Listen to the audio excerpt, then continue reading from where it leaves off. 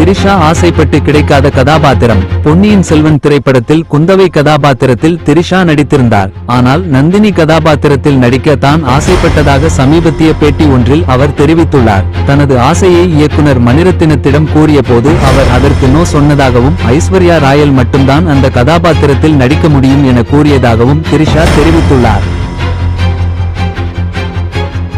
இந்த நடிகை யார் என்று தெரிகிறதா?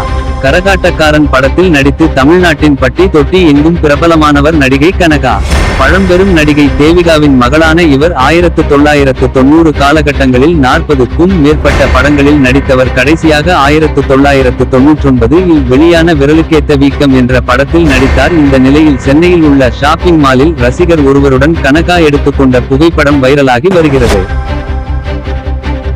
காட்சி திருட்டு, சங்கர் கடும் அப்செட். கா. வெங்கடேசன் எழுதிய வீரயுக நாயகன் வேள்பாரி நாவலின் உரிமத்தை இயக்குனர் சங்கர் வாங்கியுள்ளார். சமீபத்தில் வெளியான ஒரு படத்தின் ட்ரெய்லரில் நாவலின் முக்கிய காட்சி இடம் பெற்றுள்ளது கண்டு வருத்தம் அடைந்ததாக அவர் தெரிவித்துள்ளார். படைப்பாளிகளின் உரிமைகளை மதிக்காவிட்டால் சட்ட நடவடிக்கைகளை எதிர்கொள்ள நேரிடும் எனவும் எச்சரிக்கை விடுத்துள்ளார். அவர் எந்த படத்தை குறிப்பிடுகிறார் என கமெண்ட் செய்யவும்.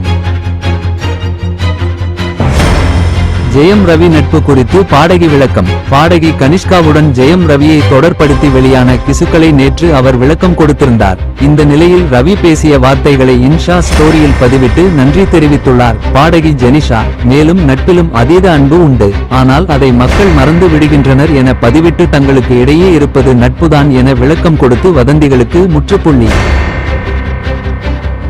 அத்தனையும் வதந்தி. சிம்ரன் குற்றச்சாட்டு.